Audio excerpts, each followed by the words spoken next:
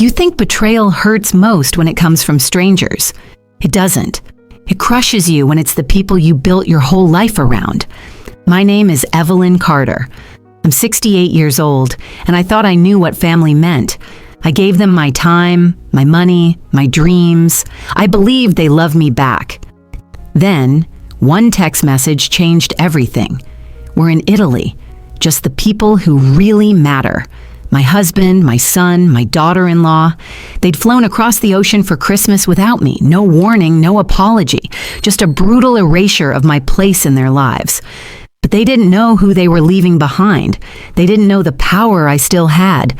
The kind of power that can take everything they've ever relied on and make it disappear. I've spent my whole life giving without keeping count, without expecting much more than a thank you and a smile. My name is Evelyn Carter, and for 68 years, that's been my identity. Giver, fixer, the one who makes life easier for everyone else. If someone needed help, I found a way to give it. If someone stumbled, I made sure they landed softly. That's what love is, isn't it? At least, that's what I thought. When I married Richard Carter at 22, we had nothing but a rusty car and a dream. He worked long hours at an accounting firm while I picked up part-time jobs, anything to cover rent and groceries. Back then, we shared everything, the little victories, the long nights, counting pennies. When Michael was born, I thought we were building something solid, something unshakable. I sold the small plot of land my parents left me, land that had been in my family for generations, to help Richard buy into a partnership at his firm. It's an investment in our future, he'd said, and I believed him. Years later, I left my job earlier than planned to care for his mother when she fell ill. That was 2 years of my life spent in quiet service, feeding her, bathing her, managing her medications, while Richard focused on work. I never complained. I told myself this was what family did for each other. When Michael was ready to start a family of his own, I dipped into the savings account Richard and I had been building for retirement. I gave him the down payment for his first house. "We'll pay you back, Mom," Michael had promised. He never did, and I never asked. I told myself money didn't matter as long as he and Samantha were happy. On the outside, we looked like a close-knit family. Holiday dinners around the table, laughter echoing through the house, photos on the mantle of vacations we'd taken together. But if you looked closely, and I hadn't dared to for a long time, there were cracks. Samantha had always been polite, never warm. She thanked me for gifts, but never lingered in conversation. She preferred hosting at their place rather than coming to mine, even though it was farther for me to travel. I brushed it off as personal preference. But over time, small things began to pile up. My suggestions ignored, my calls returned days later, my presence and plans feeling more like an afterthought than a priority. One Thanksgiving, she made a comment that stuck in my mind. We were clearing dishes when she smiled, a little too sweetly, and said, "Some families know how to prioritize what's really important." I laughed it off then, unsure of what she meant. Now, looking back, I can feel the sting hidden in those words. Still, I told myself not to read too much into it. I was determined to believe in the picture of us as a united family. I clung to the good memories, the way Michael used to call every Sunday just to chat, the way Richard and I would sit by the fire with hot cocoa in December, the laughter of our grandkids playing in the yard. I told myself every family had its rough edges. By the first week of December, I had already started preparing for Christmas.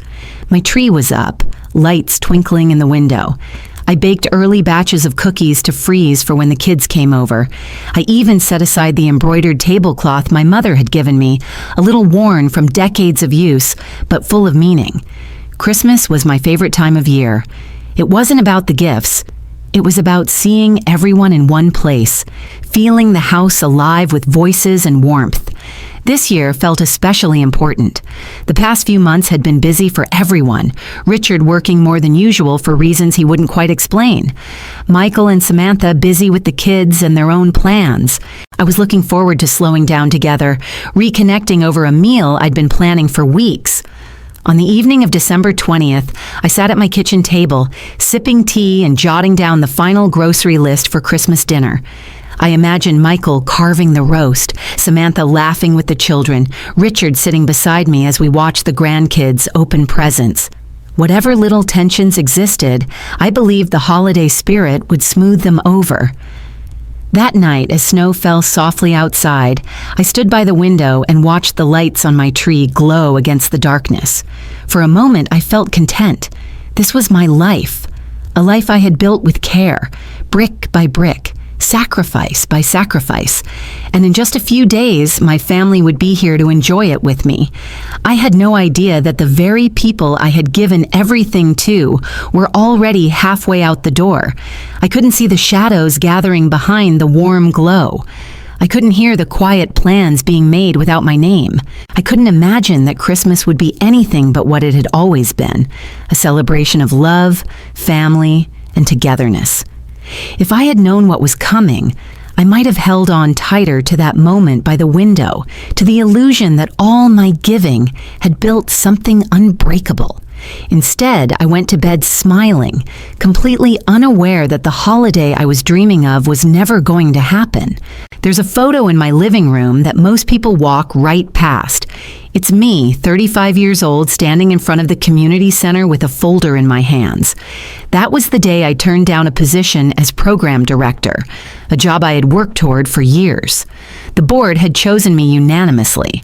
I was supposed to start in January, but when I told Richard the news, he'd smiled, hugged me, and said softly, "Honey, that's amazing.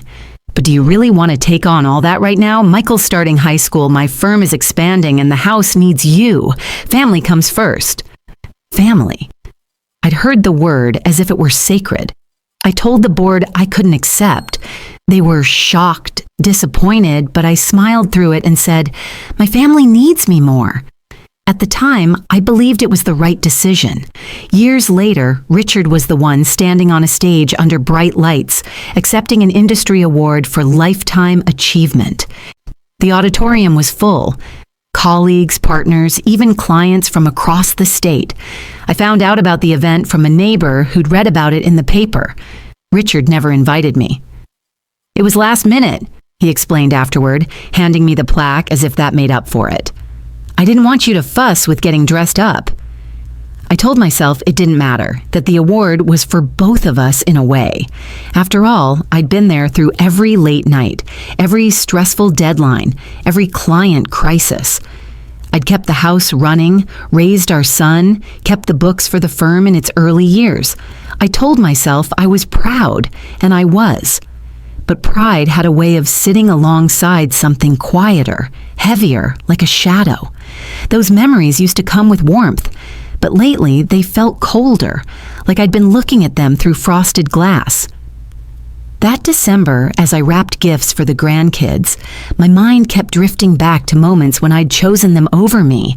How many times had I stepped aside, thinking I was making room for the people I loved, when in reality, I was erasing myself?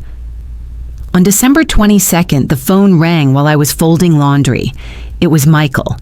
I put the receiver to my ear, ready to hear his voice, but all I caught was a low murmur before he must have realized I'd answered. Mom, he said quickly, his voice higher than usual. Sorry, thought I was calling Samantha. I almost let it go, but in that brief pause before he spoke, I'd heard something. A man's voice, Richard's, low and certain. She won't suspect a thing. I froze, my mind scrambling to fit the words into some harmless context. Maybe they were talking about a surprise. Maybe it was about a gift. I asked him if everything was okay, and he chuckled nervously. Yeah, just, busy here. We'll talk soon. The call ended, but the words lingered, turning over and over in my head. She won't suspect a thing. I went back to folding laundry, but my hands felt heavy. The scent of fabric softener, usually comforting, was suddenly cloying. I thought of the holiday meal I'd been planning, the tablecloth, the cookies in the freezer, the way I'd imagined their faces when they walked through my door. I wanted to push the thought aside, to return to the picture I'd built in my mind of Christmas together. And for a few hours, I did. I put on holiday music, poured myself a cup of cocoa, and even hummed along as I wrapped the last of the presents. But every so often, the phrase crept back in, uninvited, like a draft seeping under the door. She won't suspect a thing.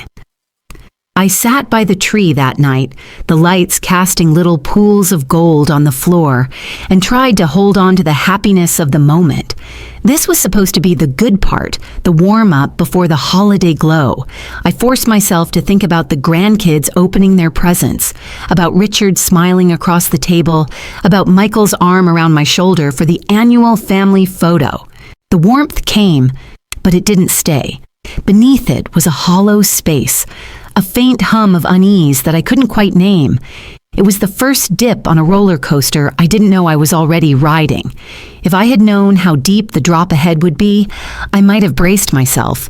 But instead, I smoothed the wrapping paper, arranged the gifts neatly under the tree, and told myself that everything was fine. The morning of December 27th was quiet, too quiet for the days after Christmas.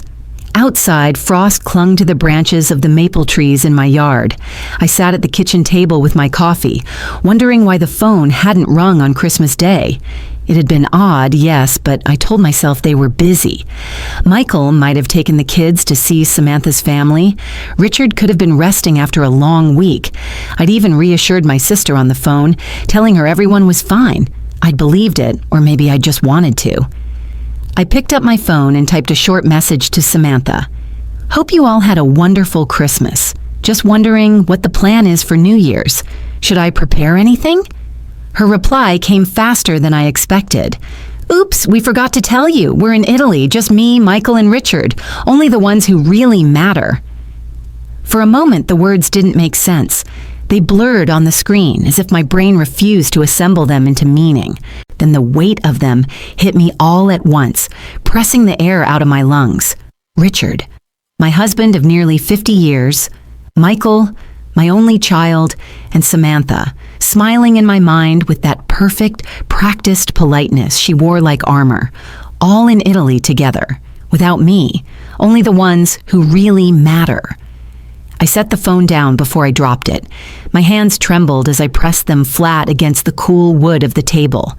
My chest felt tight, my pulse pounding in my ears. I didn't know whether to scream, cry, or laugh at the absurdity. In the hours that followed, the shock shifted into something heavier. Memories rose unbidden, moments from the past year that I had explained away. Samantha's smirk at Thanksgiving when she'd said, "Some families know how to prioritize what's important." Richard claiming he had business meetings during the week of Christmas, despite being retired. Michael's evasive answers whenever I brought up holiday plans. Pieces I hadn't realized were part of the same puzzle began to click together. And underneath it all, the echo of that phone call I'd overheard, "She won't suspect a thing." I wandered into Richard's study, as if some part of me needed to see proof. The room was unnervingly neat. The usual stack of papers on his desk was gone. On the wall calendar, the week of Christmas was blank, but under the lamplight I noticed faint eraser marks where something had been written and rubbed away. The trash bin beside the desk wasn't empty. Nestled among crumpled receipts was a torn boarding pass stub. I smoothed it out with trembling fingers. Rome, Italy. One way. I sat down in his leather chair, the one I'd bought him for his 60th birthday, and felt a wave of nausea. This wasn't an oversight. It wasn't a last-minute trip. They'd planned this for weeks, maybe months, and simply decided I didn't belong. On the corner of the desk, a folder caught my eye. It wasn't locked away, just sitting there as if waiting for me to notice. Inside were financial documents, account statements, investment reports, pages I had never seen before. Some were dated months back, others recent, and several were in Richard's name only, with notes in his handwriting that made my stomach knot. Transfer after New Year's. My eyes scanned down a page from our joint account. Significant withdrawals, amounts I didn't remember approving, had been made in the past 6 months. Some were labeled as gifts to Michael. I felt the room tilt slightly, my breath shallow. They weren't just leaving me out of their holiday, they were moving money. My money. I closed the folder slowly, the sound of the latch clicking louder than it should have been. The kitchen clock chimed the hour, and the sound seemed to drag me back into my body. I stared at the study door, half expecting Richard to walk in, to catch me here and explain everything away. But the house remained silent. Just me. Just the hum of the refrigerator and the faint ticking of the clock in the hall. The thought came quietly at first, then grew sharper. Whatever this was, it had started long before Christmas. And now, I needed to know just how deep it went. I remembered the last conversation Richard and I had before Christmas Eve. He'd kissed my cheek that morning, his suitcase by the door. "Just a quick conference in Denver," he'd said, eyes avoiding mine. "I'll be back in a couple of days, maybe 3, don't wait up." I'd believed him. Denver. A boring accounting seminar or industry meetup, the kind of thing he'd attended dozens of times over the years. I'd even wished him good luck and reminded him to take his wool coat in case of snow. But now, sitting in his study with the Rome boarding pass in my hand, the truth burned hotter than my coffee ever could. Denver had been a lie. I needed to see more, something undeniable, something that would keep me from convincing myself this was just a misunderstanding. My phone was still on the kitchen table. I unlocked it and opened social media, a place I rarely lingered. It didn't take long. There she was, Samantha, in a photo posted by one of her friends. The background was a cobblestone piazza, glowing under twinkling holiday lights. Michael stood beside her, smiling in a way I hadn't seen in years. And there was Richard, looking far younger than his 70 years, a hand resting lightly on Samantha's shoulder. The caption read, "Perfect holiday with family." Family. As if I were dead and gone, as if I'd never existed. For a moment, my chest felt too tight to breathe. The room around me seemed to warp at the edges. My first instinct was to throw the phone across the room, but I forced my hands to stay still. Think, Evelyn. Don't give them the satisfaction of falling apart. I scrolled through the other photos in the album. There were shots of dinners in candlelit trattorias, tours of historic sites, even a group selfie in front of the Trevi Fountain. Every image was dated the past week, precisely when Richard claimed to be in Denver. Shock gave way to a low, simmering rage. I could almost hear Samantha's voice in my head. Only the ones who really matter. I pushed back from the table and paced the kitchen, each step a struggle between the urge to scream and the need to stay composed. My gaze landed on the folder I'd carried from the study, its edges digging into my palm. I opened it again, flipping past the account statements until a receipt slipped free and fluttered to the floor. I bent to pick it up and froze. It wasn't just any receipt. It was a hotel invoice. The name at the top was unmistakably Italian, the logo a little sun over a vineyard, and the charges, thousands of euros for a family suite in Florence, paid in full, from my personal account. I stared at the paper until the numbers blurred. I hadn't authorized this. No one else had legal access to that account. My mind raced through possibilities.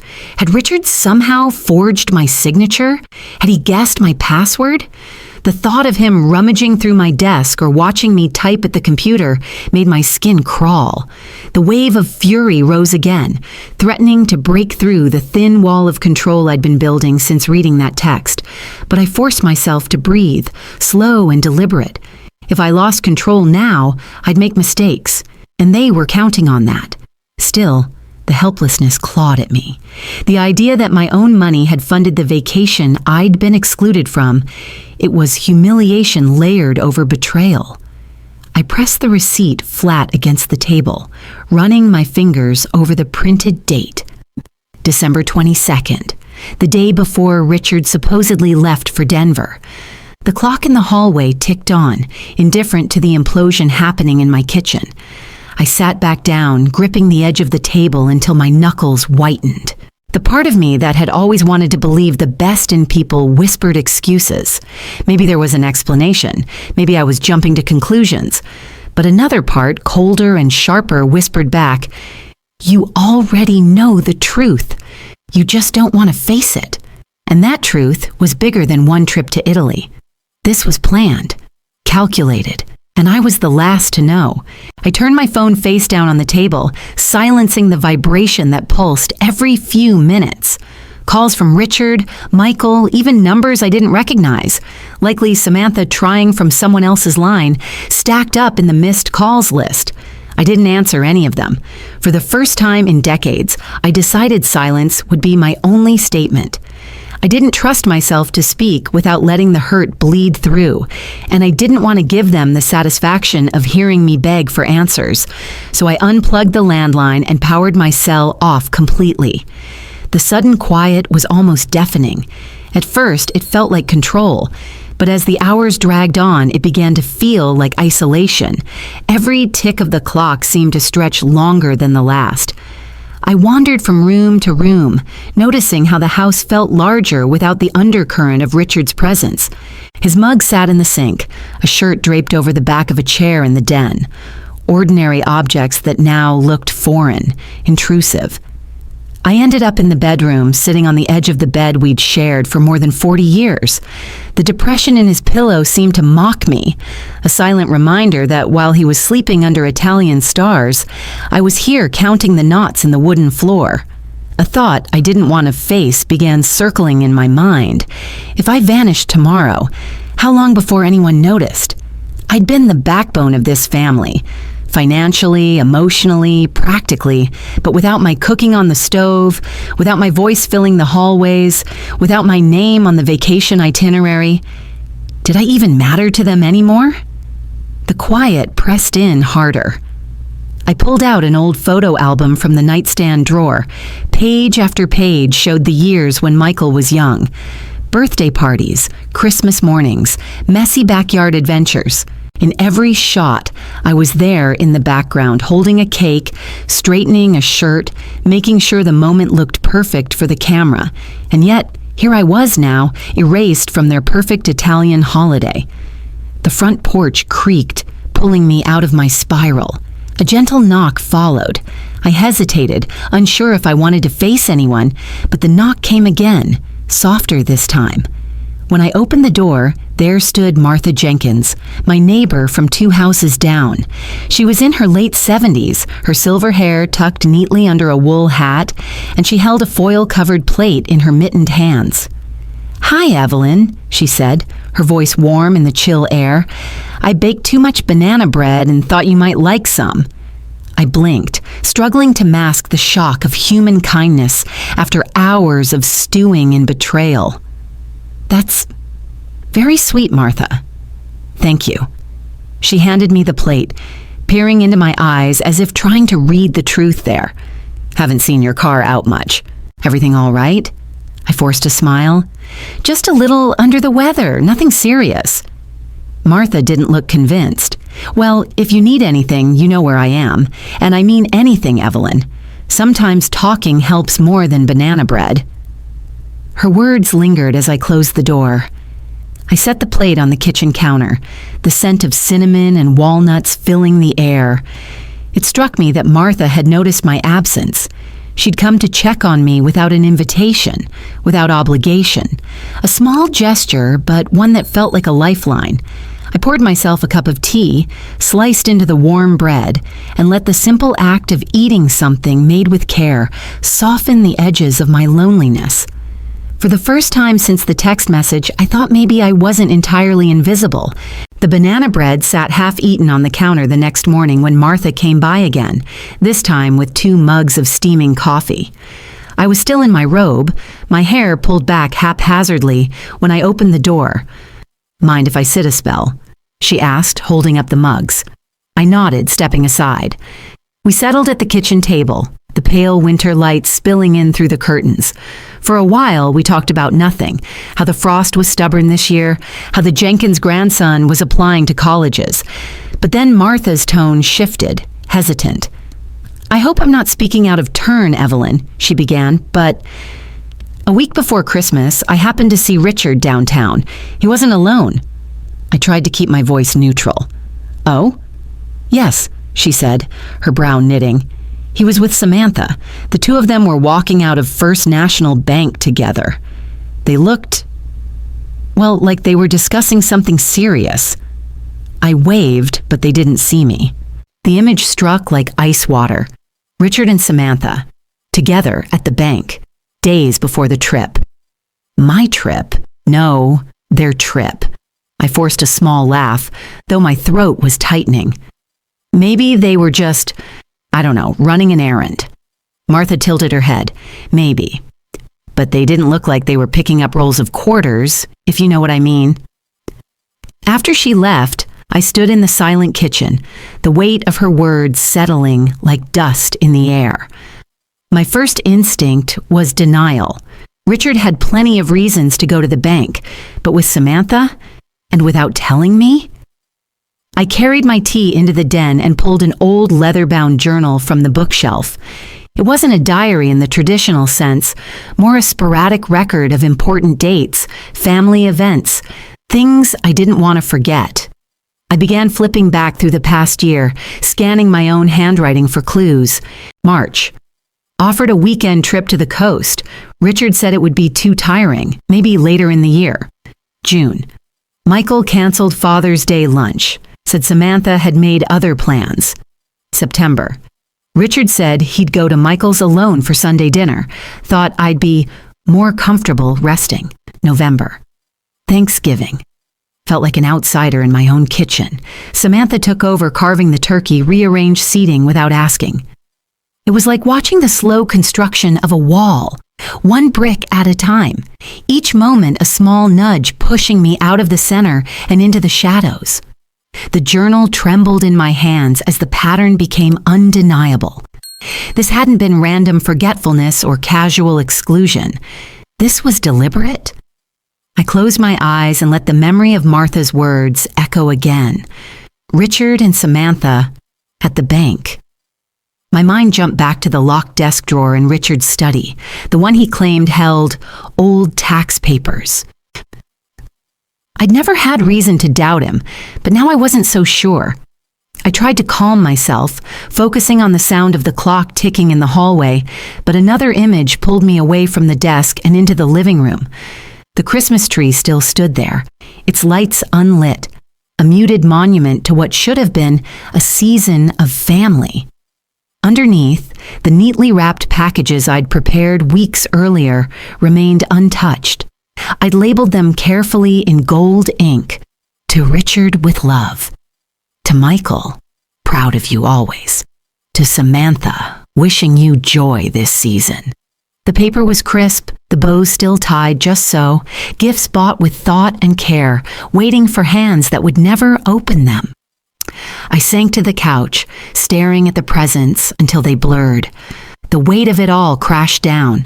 The meals I'd cooked, the birthdays I'd planned, the quiet sacrifices I'd made without a second thought. And for what? My chest ached in a way that had nothing to do with age. It was a grief deeper than anger, sharper than disappointment. It was the grief of being erased while still alive. I leaned forward, resting my forehead on my palms. The silence of the house was suffocating, yet beneath it, something else stirred. A thread of suspicion twisting into something sharper. Martha's sighting, the bank, my journal's quiet testimony, and the memory of that overheard call weeks ago, Michael's voice low but clear. Mom will never suspect. A part of me still wanted to believe there was an innocent explanation, but another part, growing stronger by the hour, knew better. This wasn't just about a trip. This was about trust, about control, and maybe about money. I straightened up, looking again at the tree, at those unclaimed gifts. Somewhere in this tangle of ribbon and lies was the truth, and I intended to find it. The following Saturday, I bundled myself in a wool coat and ventured out for the first time in days. The winter air stung my cheeks, but after weeks of stale indoor quiet, the brisk cold felt like a jolt of clarity. I hadn't planned on running into Diane. We'd known each other since we were 20, meeting in the early days of my marriage when Richard and I were just starting out. She had been the sort of friend who pushed me into the deep end of life. Road trips with no destination, cooking classes where neither of us knew what we were doing, late-night talks that went on until the sun peeked through the curtains. She was standing outside the florist's, holding a spray of tulips. "Evelyn Carter?" she said, eyes wide, as if she were unsure it was really me. I smiled despite myself. "It's been ages." We ducked into a nearby cafe, shaking the snow from our boots. Sitting across from her, I realized how much I'd missed this kind of easy conversation. No calculated pauses, no gauging every word for how it might be twisted later. Over coffee, Diane asked about my Christmas. My mouth opened, then closed again. I wasn't ready to pour out the whole truth, so I gave her the barest outline. Quiet. Quieter than I expected. She studied me for a moment, then said, "You know, Evie, I remember when nothing could knock you down. You were the woman who organized fundraisers, who ran the neighborhood association, who kept everyone in line without making it feel like work." I gave a half laugh. "That was a long time ago." Her gaze sharpened. "It's still you. You've just let other people write your story for too long." Her words lodged somewhere deep, in a place I'd been ignoring. I'd been living in the shadows of other people's decisions for so long that I'd almost forgotten I could step into the light on my own. We talked for another hour, catching up on mutual friends, swapping old stories. But when we stood to leave, Diane took my hand. "You don't need anyone's permission to matter, Evelyn. You never did." The words followed me all the way home, a quiet drumbeat under my thoughts. By the time I walked through my front door, I knew they were true. I didn't need Richard's approval. I didn't need Michael's acknowledgement or Samantha's grudging tolerance. My existence wasn't contingent on their recognition. I made a cup of tea and sat at the dining table, pulling a notepad toward me. At the top of the page, I wrote one word: change. Below it, I started listing what I could control: my finances, my home, my time, my boundaries. The more I wrote, the more my spine seemed to straighten. When I reached finances, my pen slowed. Money had always been the glue of our family, my inheritance paying for Michael's house, my savings smoothing over Richard's expensive whims. But lately I'd noticed the glue was being used without my say. I remembered the locked drawer in Richard's study again, the papers I hadn't been allowed to see. I thought about Martha's sighting at the bank, about the Italian hotel bill charged to my account. This wasn't just about being left out. It was about control. And if there was one place I could reclaim it quickly, it was in my accounts. I reached for the phone and dialed Harold, the financial advisor Richard and I had worked with for years. His secretary answered, cheerful as ever. "Could you let Harold know I'd like to schedule a meeting? As soon as possible," I said. "Of course, Mrs. Carter. What's the nature of the meeting?"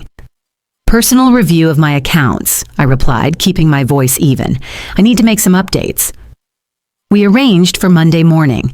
When I hung up, I felt a flicker of something I hadn't felt in months: control. I pushed the notepad away and glanced around the dining room. The same room where Thanksgiving had felt like a performance I wasn't invited to participate in, where Samantha had rearranged my table settings without asking. Not anymore. I carried my tea to the living room where the tree still stood. The sight of the unopened gifts no longer made my chest ache. It made my resolve tighten. They'd built their little web thinking I'd be too tangled to move. But I wasn't going to thrash aimlessly. I was going to pick apart every thread one by one until I was free. Monday couldn't come soon enough. Monday morning, the city was still shaking off its weekend quiet when I stepped into Harold's office. The carpeted hallway smelled faintly of coffee and paper, and the receptionist greeted me with a polite, almost wary smile. "Mrs. Carter, Harold is expecting you," she said, ushering me toward the private meeting room. Harold stood as I entered, adjusting his tie. We'd known each other for over a decade. His manner had always been calm, professional, unshakable. But today, there was something in his eyes. Hesitation. "Evelyn," he began after we'd exchanged pleasantries, "before we review your accounts, there's something I need to disclose. It's delicate." My stomach tightened.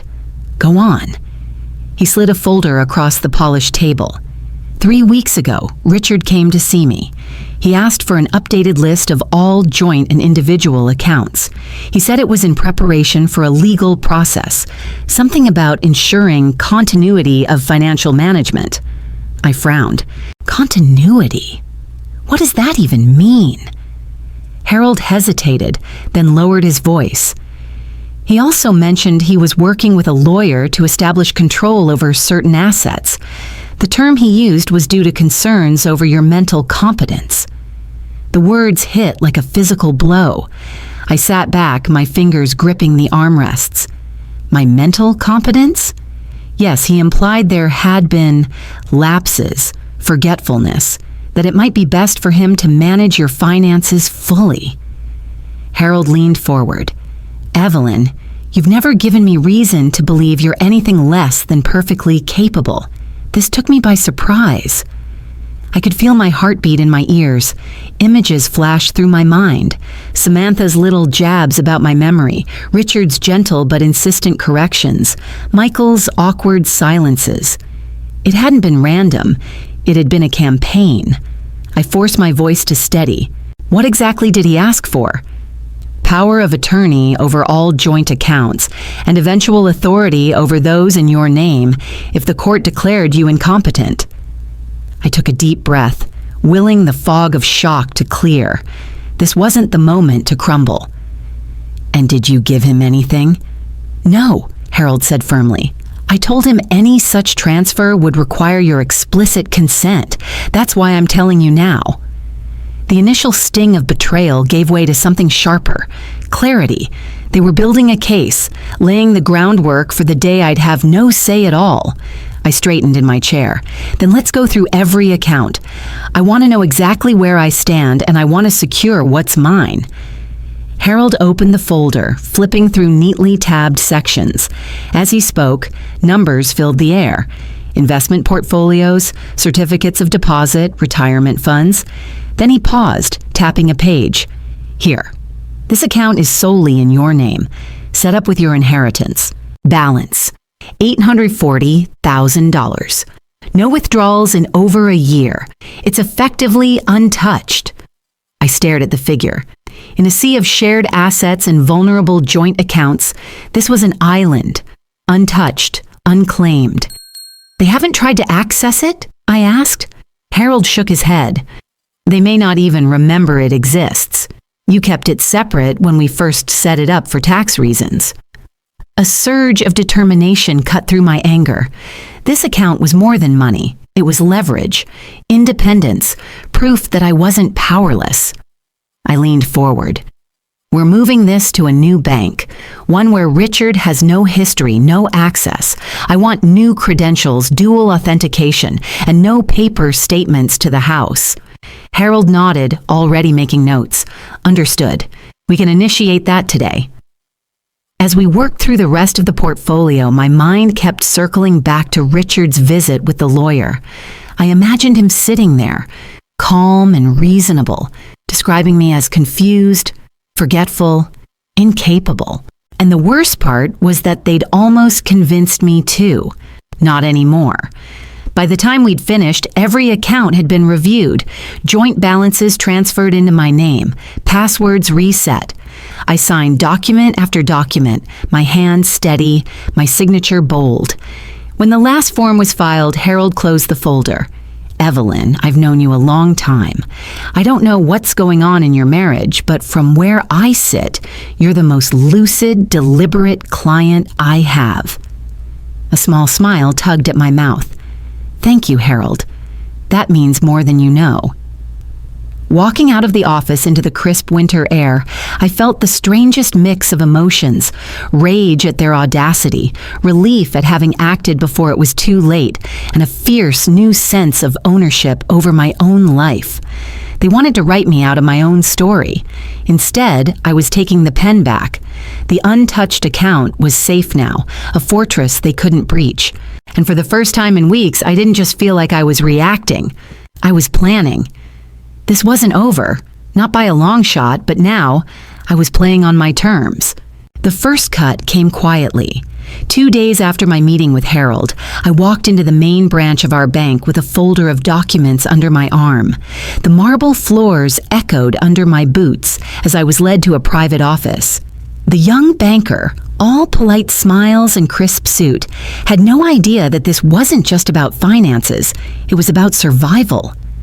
"I'd like to close these joint accounts," I said, sliding the forms across the desk. My voice was calm, almost detached, but inside my pulse was steady with purpose. "Of course, Mrs. Carter. Do you want the funds transferred to another account?" "Yes," I said, giving him the details of my newly established personal accounts, all in my name only. "And I want every card linked to these accounts canceled effective immediately." The banker hesitated for a fraction of a second, perhaps wondering what kind of rift could cause a woman to dismantle decades of shared finances, but he didn't ask. The keyboard clacked, the printer hummed, and just like that, the lifelines Richard and Samantha had been using to live comfortably began to vanish. From the bank, I moved to the credit card company's downtown office. Sitting in a small glass-walled cubicle, I handed over my ID and said, "Cancel every supplementary card on my account. Effective now." "Even for your husband?" the representative asked. "Especially for my husband." By noon, their access to my money was severed. The silence of my phone, no alerts of shared transactions, no notifications of large withdrawals, was the sweetest sound I'd heard in weeks. That evening, I opened my laptop at the kitchen table. For the first time in years, my search history had nothing to do with family schedules or recipes for holiday dinners. I typed slowly, savoring the words. Best solo travel destinations for women over 60.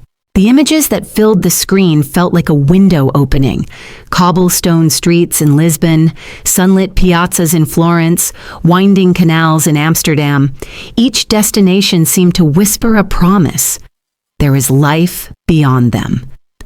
I clicked on Florence first. Italy had been Samantha's dream for years, though she'd managed to make it her reality without me. Maybe that was exactly why it appealed to me now. It took me an hour to book it. A direct flight from New York to Florence in 2 weeks, 3 nights in a boutique hotel, then a rail pass to explore the countryside. My fingers trembled slightly as I entered my payment details. But it wasn't fear, it was exhilaration. When the confirmation email arrived, I stared at it for a long time. My name, not ours. My card, not ours. My plan, not ours. I closed the laptop and leaned back in my chair. The Christmas tree still stood in the corner, its ornaments catching the low winter light. Underneath were the neatly wrapped gifts I'd intended to give them. A cashmere scarf for Michael, a leather-bound planner for Samantha, cufflinks for Richard. They were still there because no one had been here to open them. I rose, picked up the scarf, and pressed it to my face. The softness was almost unbearable, a reminder of how much care I'd put into every gesture for people who decided I didn't belong in their celebrations. For a moment, my chest ached so sharply, I thought I might cry. But instead, I folded the scarf, set it back in its box, and pushed all the gifts into the hall closet. They weren't my responsibility anymore. Over the next few days, I moved like a shadow through my own life, quiet, deliberate, unseen. I redirected the utility bills to my personal account. I updated the deed on the house to reflect sole ownership. I even changed the passwords on the streaming services they'd been using without asking. Each small act was a stitch in the fabric of my freedom. One afternoon, I caught my reflection in the hallway mirror. My hair was loose around my shoulders, my sweater a deep burgundy I hadn't worn in years. For the first time in months, there was color in my cheeks. I realized then that I didn't feel like I was losing my family anymore. I felt like I was finding myself. The morning my passport arrived in the mail, I held it like a talisman.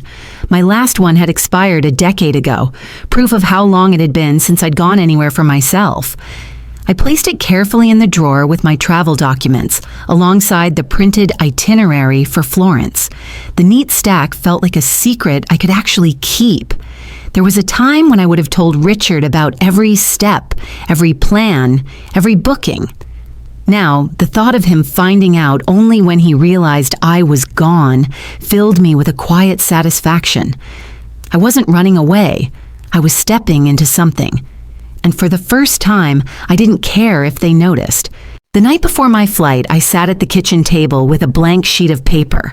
It felt strange, almost old-fashioned to write something by hand, but the words needed to be real, not just pixels on a screen.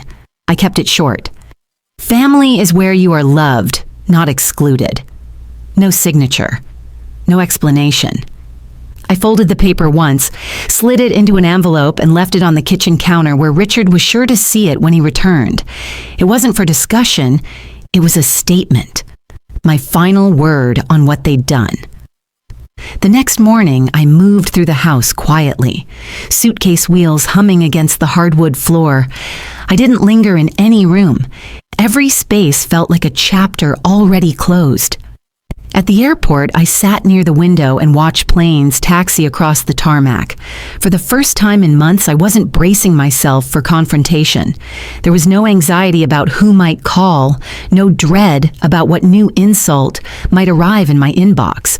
When my boarding group was called, I stepped onto the plane with the kind of calm that feels almost like floating.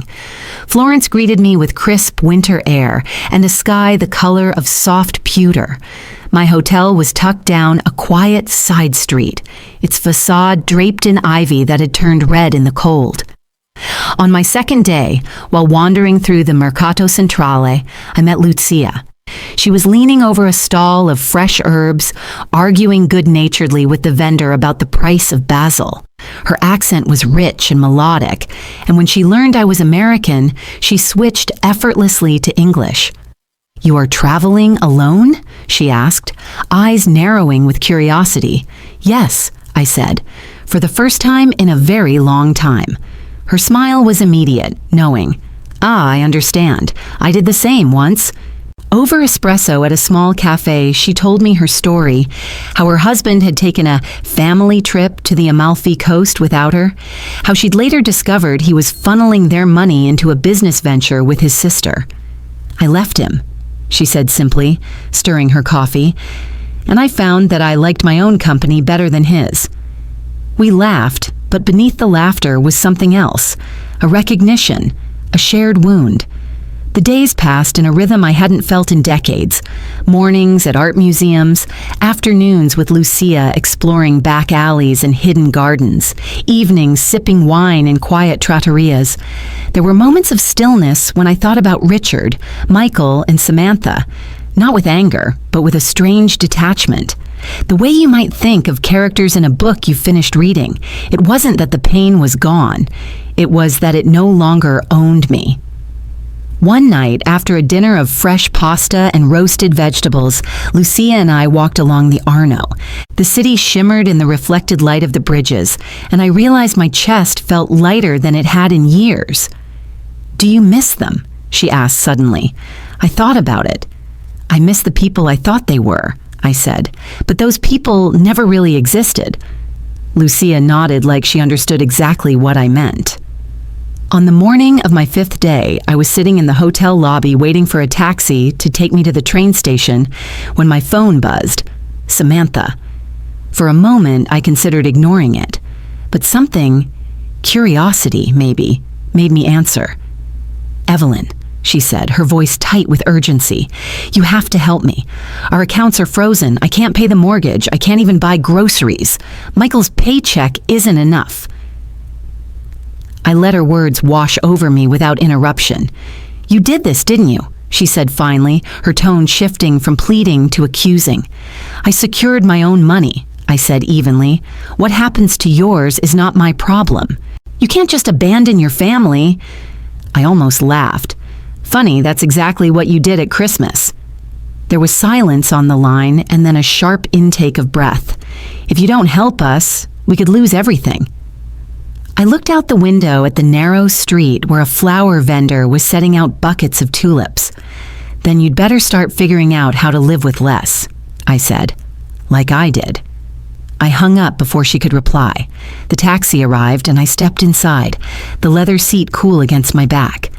As the car wound through the streets of Florence toward the station, I felt no guilt, no second guessing, only a deep, steady sense of rightness. Lucia had been right. Sometimes your own company is better than any you've been forced to keep. At the platform, I boarded the train to Siena.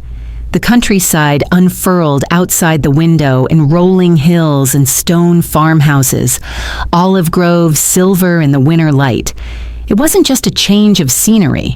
It was proof that I could build a life that was mine alone, and that was worth more than anything they had ever taken from me. The first time I saw them again, it was almost anticlimactic. No dramatic knock at the door in the middle of the night, no teary reunion. Just a Tuesday morning in late spring, the smell of fresh coffee in my kitchen, and the sound of a car pulling into the driveway. Through the blinds, I saw Richard's old sedan next to Michael's truck. For a moment, my pulse jumped. Habit, maybe. But then I reminded myself they had no power here anymore. I opened the door before they could ring the bell. Richard stood there looking older than I remembered. His hair had thinned noticeably, and the tan he used to boast about was replaced by a sallow pallor. Michael hovered just behind him, hands shoved into his jacket pockets like a teenager caught sneaking in after curfew. "Evelyn," Richard began, his voice soft, almost tentative, "can we talk?" I stepped aside just enough to let them in, but I didn't offer coffee or ask them to sit.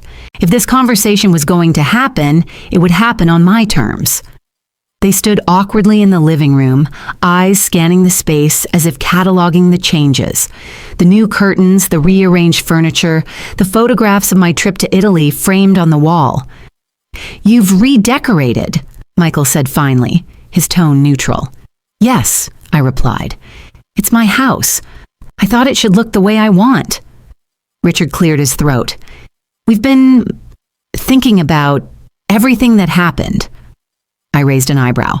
"That's quite a lot to think about." He flinched, but pressed on. "I made mistakes. We both did. Stop," I said, holding up a hand.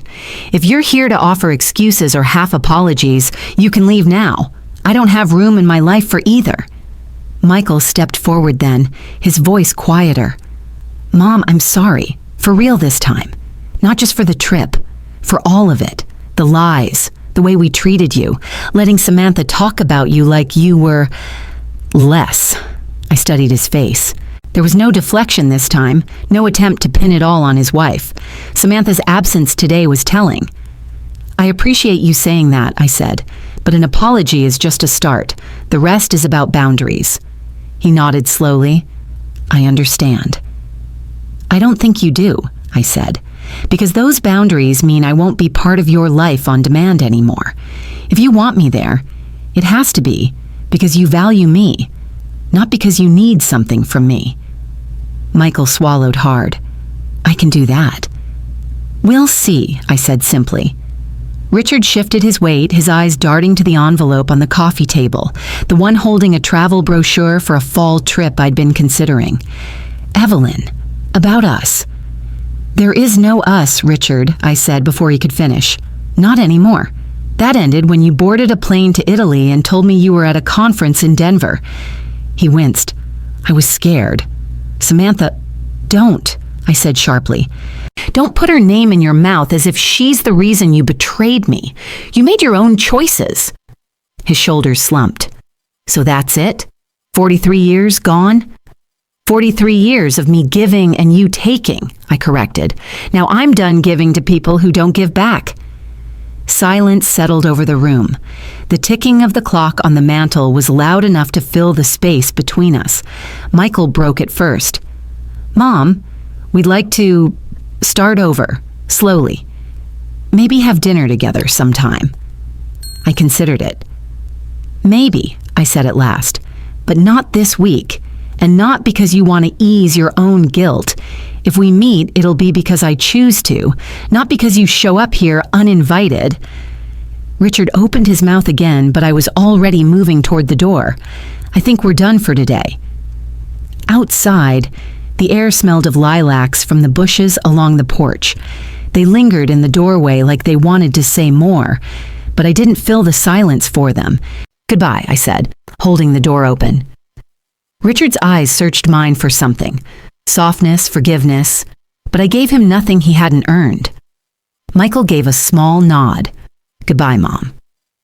They walked to their cars, the gravel crunching underfoot, and I closed the door behind them. Back in the kitchen, I poured myself another cup of coffee and sat by the window.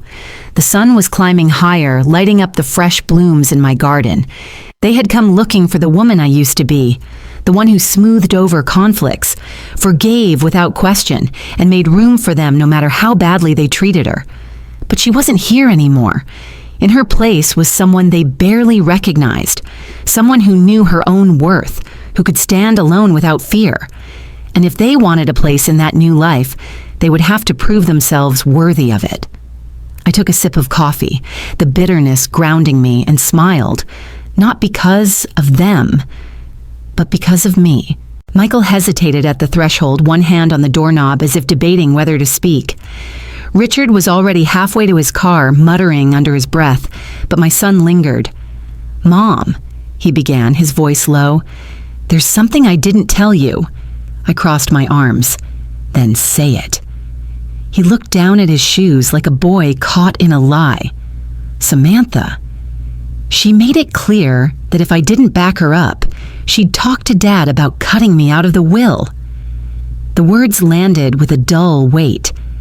"So, you went along with humiliating me, your mother, because you were afraid of losing money." Michael flinched. "It wasn't just the money. She made everything feel like it was a choice between her or you, and I didn't want to lose my marriage." "Your marriage," I said slowly, "was already rotting if it required you to betray your own mother to keep it afloat." He winced but didn't argue. For a moment, there was something almost childlike in his expression, hope that this confession would somehow wipe the slate clean. "You think telling me this now earns you forgiveness?" I asked. He shook his head. "No, I know I don't deserve that yet, but I want you to know I see it now, how wrong I was." "That's a start," I said, my tone still guarded. "But words are the easiest part. Actions will tell me who you really are." He nodded, the movement slow, deliberate. "Then I'll show you, whatever it takes." Richard honked from the driveway, impatience vibrating in the sound. Michael glanced back toward the noise, then met my eyes again. "I'm sorry I didn't protect you, Mom. You were always there for me. I should have been there for you." "You should have," I agreed, "but you weren't. That's the reality we both have to live with." His shoulders sagged, but he didn't look away. There was a flicker of something. Determination, maybe. I'd seen that look in him when he was a boy trying to master his first bicycle. "Goodbye, Mom," he said finally. "Goodbye, Michael." As he walked to the car, I stayed at the doorway, leaning against the frame. The morning light caught the lines at the corners of his eyes, lines that hadn't been there the last time I'd studied his face this closely. He glanced over his shoulder once, as if checking to see if I was still there. I was, but I wasn't waiting for him anymore. Richard muttered something as Michael slid into the passenger seat. I didn't bother to listen. The engine started, the tires crunched over the gravel, and the car rolled away down the street. I stepped out onto the porch, the air carrying the faint scent of lilacs. From here, I could see the curve in the road where their car would disappear from view. It would be easy to mistake this for a sad moment, the kind you see in movies where the protagonist watches loved ones leave and feels an ache in her chest. But that wasn't what I felt. Instead, there was a calm pride in my chest, a sense of standing firmly in my own life for the first time in decades.